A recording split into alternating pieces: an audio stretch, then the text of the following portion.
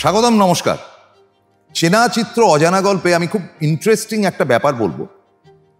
দেখুন, এই যে চলচ্চিত্রে বিভিন্ন অভিনেতা অভিনেত্রীরা আসেন, অল্প বয়সেই আসেন, হয়তো 25-26, আবার অনেকে একেবারে দেখা যায় যে শিশু শিল্পী হিসাবে এসে পরবর্তী অধ্যায়ে অনেক দূর অবধি গেছেন। যেমন বেবি নাজ, নাম আপনারা হয়তো জানেন না, কিন্তু অবশ্যই বেবি নিতুকে আপনারা দেখেছেন। নিতু সিং কিন্তু দো কলিয়া বলে একটা ছবিতে অভিনয় করা শুরু করেছিলেন। তারপর ওয়ারিশ বলে একটি ছবিতে জিতেন্দ্রর বোনের রোল করেছিলেন, এবং পরবর্তী অধ্যায়ে জিতেন্দ্র নায়িকার চরিত্র করেছিলেন দিব্যি। তো এইগুলো হচ্ছে খুব মজাদার। আসলে কি জানেন, নানান বয়সে কি টপ হিরো বা নায়ক বা নায়িকারা বৃদ্ধের রোল করতে পারে, মানে বয়স হয়ে গেল? আমি বছর দেড়েক আগে বোধহয় বা বছর খানেক আগে জওয়ান বলে একটি সিনেমা দেখেছিলাম, যেটা শাহরুখ খানের ছবি। সাংঘাতিক হিট করেছিল ছবিটা, মানে মার কাটারি, বিরাট ব্যবসা।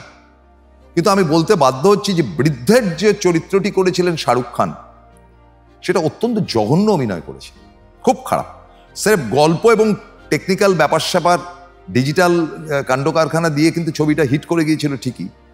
শাহরুখ খান বয়স্ক রোলটি করেছিলেন, খুব খারাপ চরিত্র, মানে খারাপ অভিনয় বলা যেতে পারে। সেটা শাহরুখ খানেরও বোঝা উচিত। শাহরুখ খান এর আগেও একটা বৃদ্ধের চরিত্র করেছিলেন, সেটা তো খুব খারাপ অভিনয় করেছে। অর্থাৎ শাহরুখ খানের বয়স হয়ে গেলে তাকে খুব বয়স্ক রোলে মানাবে কিনা সন্দেহের ব্যাপার, যেটা অমিতাভ বচ্চনকে মানাচ্ছে। মানে শাহরুখ অমিতাভ একসাথে তো কথা বলা হয়। অমিতাভ বচ্চন ছবিতে এসছেন, একটার পর একটা ফ্লপ করার পর যখন সেলিম জাভেদের মানে কবজায় এসে তার ছবিগুলো হিট করতে থাকে, আনন্দ থেকেই তার একটা অভিনয় গুণ প্রকাশ পাচ্ছিল। তারপরে অভিমান, ভালো অভিনয় করেছেন। বম্বে টু গোয়া ছবি হিট করেছে, কিন্তু অমিতাভ সেভাবে ফ্লারিশ হচ্ছিলেন না। কিন্তু যখন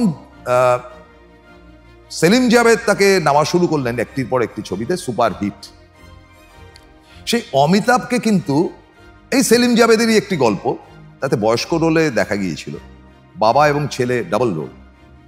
তো সেখানে কিন্তু বয়স্ক চরিত্রে দিব্যি বানিয়ে গিয়েছিল অমিতাভ বচ্চনকে। এবং তার পরবর্তী অধ্যায়ে অমিতাভ বচ্চনের দুটো জায়গা। একটি হচ্ছে কি অমিতাভ বচ্চনের নায়কোচিত ব্যাপার স্যাপার, মানে ইয়াং, যেটা তিনি 90 দশক অব্দি করেছেন। পরের দিকে তার ছবিগুলো ফ্লপ করতে শুরু করে একের পর এক। তারপরে কিছুদিনের গ্যাপ দিয়ে অমিতাভ ফ্রেঞ্চ কাট দাঁড়িয়ে রেখে টোটালি বয়স্ক রোল করতে শুরু করেন। এবং পরবর্তী অধ্যায়ে মানে 90-এর পরের থেকে এক বছর আগে অবধি যত ছবি করেছেন, দুর্দান্ত অভিনয় করেছেন এবং রাষ্ট্রীয় পুরস্কারও পেয়েছেন তার পা ছবিতে। যদিও সেটা বয়স্ক রোল না, কিন্তু বৃদ্ধের চেহারা নিয়ে পা ছবিতে ছিল। একটার পর একটা ছবি করেছেন বয়স্ক চরিত্রে, এবং তিনি তখন বয়স্কও বটে, এবং দারুণ ম্যাচ করেছে। অমিতাভ বচ্চন কিন্তু দুটো বয়সেই অসম্ভব ভালো অভিনয় করতে পেরেছেন চেষ্টা করে। উত্তম কুমারের কথা যদি আপনারা বলেন, উত্তম কুমার বয়স্ক রোল করেছে, খুব ভালো চরিত্র করেছে, চমৎকার অভিনয় করেছেন বহু ছবিতে।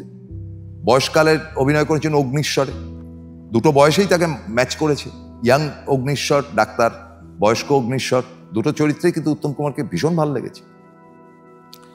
সৌমিত্র চ্যাটার্জিরও কিন্তু অমিতাভ বচ্চনের মতন একদম তরুণ তাজা, অপুর সংসার থেকে শুরু করে তার শেষ ছবি অবধি নানান বয়সের চরিত্র, নানান শেডের চরিত্র কিন্তু তিনি নিখুঁতভাবে করেছেন এবং পুরস্কার পেয়েছেন। কিন্তু বয়স্ক চরিত্রতেও রাষ্ট্রপতি পুরস্কার পেয়েছেন। ফলে সৌমিত্র চট্টোপাধ্যায় খুব সাকসেসফুল দুটো চরিত্রেই। বাংলা ছবিতে অনেকেই বয়স্ক রোল, যেমন মাধবী মুখার্জি ইয়াং চরিত্র করেছেন, বয়স্ক চরিত্র করেছেন, কিন্তু বয়স্ক চরিত্র করে মাধবী মুখার্জি খুব সাকসেস এমনটি কিন্তু বলা যায় না। ও করেছেন ঠিক আছে। সাবিত্রী চট্টোপাধ্যায়ের ক্ষেত্রেও কিন্তু একই কথা বলা যেতে পারে, যে খুব একটা ম্যাচ করেন। সুচিত্রা সেন কিন্তু সে পথেই যায়নি, কখনো বয়স্ক রোলের চেষ্টাই করেননি। এক উত্তর ফাল্গুনিতে ডবল রোল করেছিলেন, দ্বিতীয় চরিত্রটা মায়ের ছিল, একটু বয়স্ক চরিত্র ছিল ঠিকই। ফলে বাংলা ছবিতে একসময় নায়িকা, পরবর্তী অধ্যায়ে বয়স্ক অপর্ণা সেনকে খুব ম্যাচিং ভালো করেছেন। অপর্ণা সেন তো অবশ্যই বলতে হয় যে বাংলার সর্বকালের অন্যতম সেরা নায়িকা। বয়স্ক রোলে তিনি ম্যাচ, বোল্ড। তবে খুব গ্রাম্য চরিত্রে অপর্ণাকে মানায় না।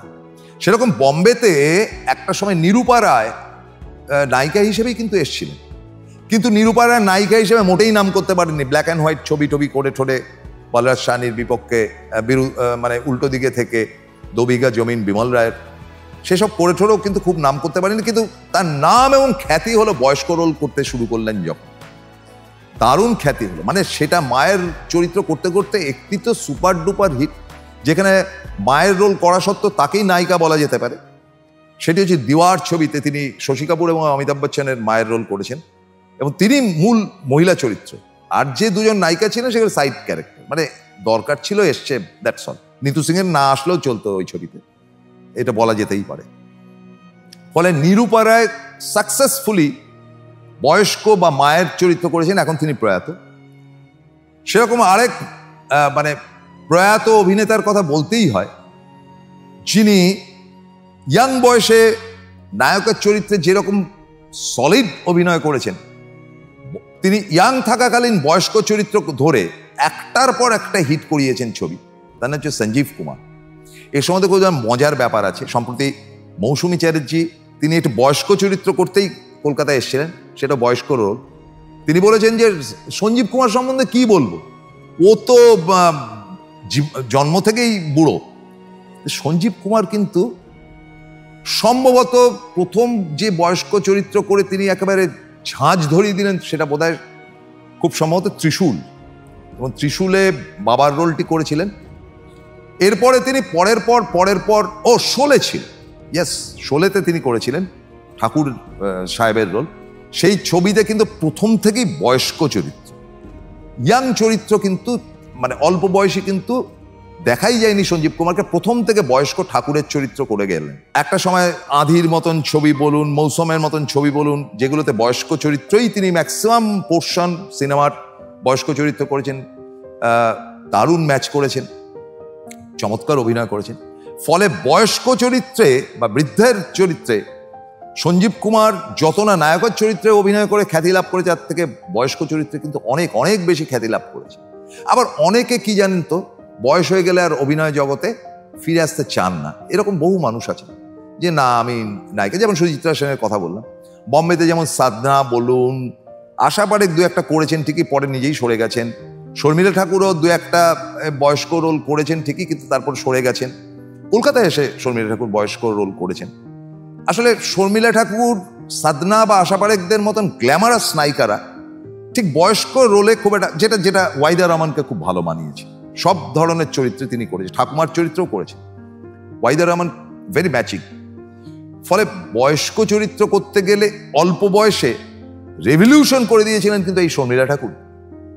মানে দুটো চরিত্র, একদম রোম্যান্টিক নায়িকা, দারুণ নেচে গেয়ে অ্যাকসেস করছেন, হাজবেন্ড মারা যাচ্ছেন, তারপরে তার জেল হচ্ছে, কোনো একটি খুনের ঘটনায় ফিরে আসছেন, তার ছেলে বড় হয়েছে, সেখানে মায়ের চরিত্রে অভিনয় করছেন। মানে ছবিটি অত্যন্ত কঠিন। সেটা হচ্ছে আরাধনা। আরাধনাতে রাজেশ খান্নার একটা রোল করার কথা ছিল, আপনারা জানেন না অনেকে। প্রথম যে চরিত্রের পোর্শনটা ছিল, অর্থাৎ কিনা মানে যিনি মারা যাবেন, সেই চরিত্রটা করার কথা ছিল রাজেশ খান্নার, আর পরের নেক্সট চরিত্রটা করার কথা ছিল অন্য একজনের।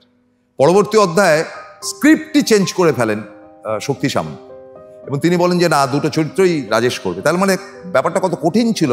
রাজেশ খান্নার প্রায় প্রথম দিককার ছবি, প্রথম সুপারহিট ছবি রাজেশ খান্নার, যেটার থেকে তিনি সুপারস্টার হয়েছিলেন, তার প্রথম অংশটি তিনি শর্মিলার প্রেমিক এবং তার হাজবেন্ড, এবং তারপরে তার মৃত্যু হচ্ছে, তার ছেলে ফিরে আসছে, তার ছেলে পুরো মা মা করে, এবং শেষ দৃশ্যে মা তুমি এসো আমাকে। এত ভালো অভিনয় করেছিলেন শর্মিলা এবং রাজেশ যে দ্বিতীয় ভাগে যে মা এবং ছেলের চরিত্র করেছে, একবারের জন্য মনে হয়নি যে এই লোকটাই ঘন্টাখানেক আগে এর নায়ক ছিলেন এবং একে জড়িয়ে ধরে রূপ তেরা মস্তানা ইত্যাদি ইত্যাদি গান গেয়েছে। ফলে এই বয়স্ক চরিত্রের দিকে যাওয়ার প্রবণতা সবারই থাকে। রাখি যেমন অসাধারণ বয়স্ক রোল করেছেন, তিনি যেমন গ্ল্যামারাস নায়িকা ছিলেন, তেমন বয়স্ক চরিত্র দুর্ধর্ষ অভিনয় করেছেন নায়িকা রাখি।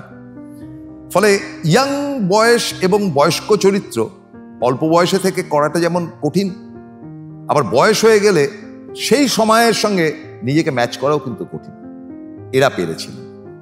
শেষ করি, নমস্কার।